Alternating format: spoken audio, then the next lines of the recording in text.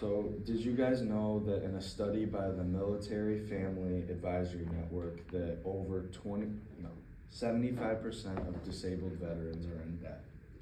So today I will be speaking to you guys about the Wounded Warrior Project. They are an organization that just helps fund and support disabled veterans.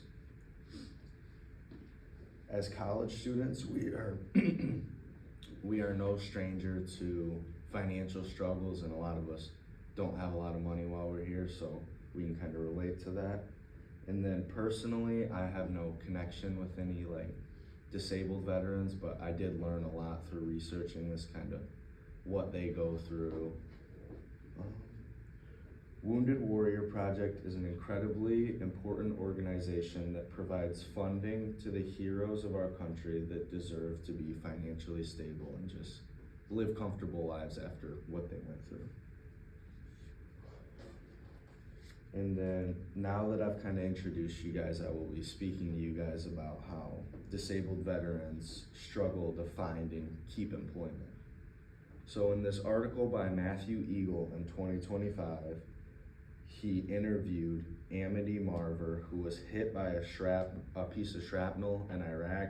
It hit her in the head and it left her 90% disabled. And then that's the piece of shrapnel that hit her.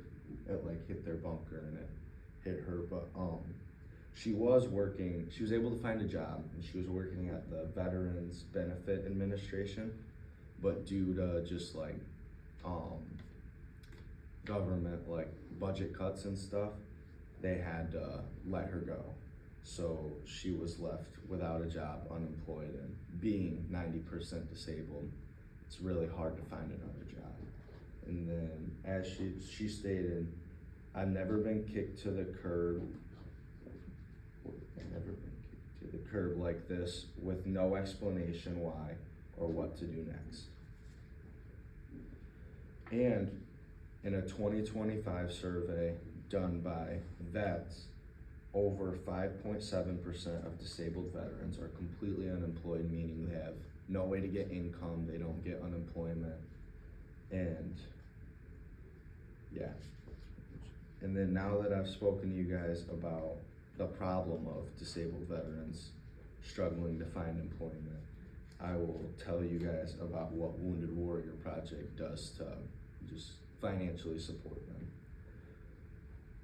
So they financially support these veterans with, you can donate, they have a big donation button, but they also hold lots of charity events. And on August 16th, 2025, they have a 5K charity event where, there's a bunch of activities and stuff, and all the money goes towards the veterans. But Anthony Villarreal, who participated in one of these previous events, stated, "I'm so grateful to see so many community members and veterans at the Carry Forward 5K event. It shows that there are people who want to help carry forward veterans who are struggling with their disabilities and make them feel at home." And because there are so many people coming out to support their cause, even if the veterans aren't participating in it, they still see that there's people who support them, and that makes them feel less alone with their disabilities, and it's a lot better for their mental health. And then now that I've spoken to you guys about what Wounded Warrior Project does to support them, I will tell you guys about kind of what we can do and what happens if we don't help. Imagine a world where disabled veterans who fought for our freedoms being compensated so that they can live a comfortable life. So with the increasing financial problems in veterans, with them not being able to find jobs and keep employment, Wounded Warrior Project has they do a lot to help. They do those charity events, donate, they get veterans in touch with a lot of the benefits and places that they can go to get benefits for it. And then without contributing, if we don't contribute, they will be kicked to the curb. And when they don't have money, at some point you're not gonna be able to have a home, and people who fought overseas for us don't deserve to be homeless. And then now, kind of just to wrap it all up, Wounded Warrior Project is an incredibly important organization that provides funding to the heroes of our nation. And then today I kind of just spoke about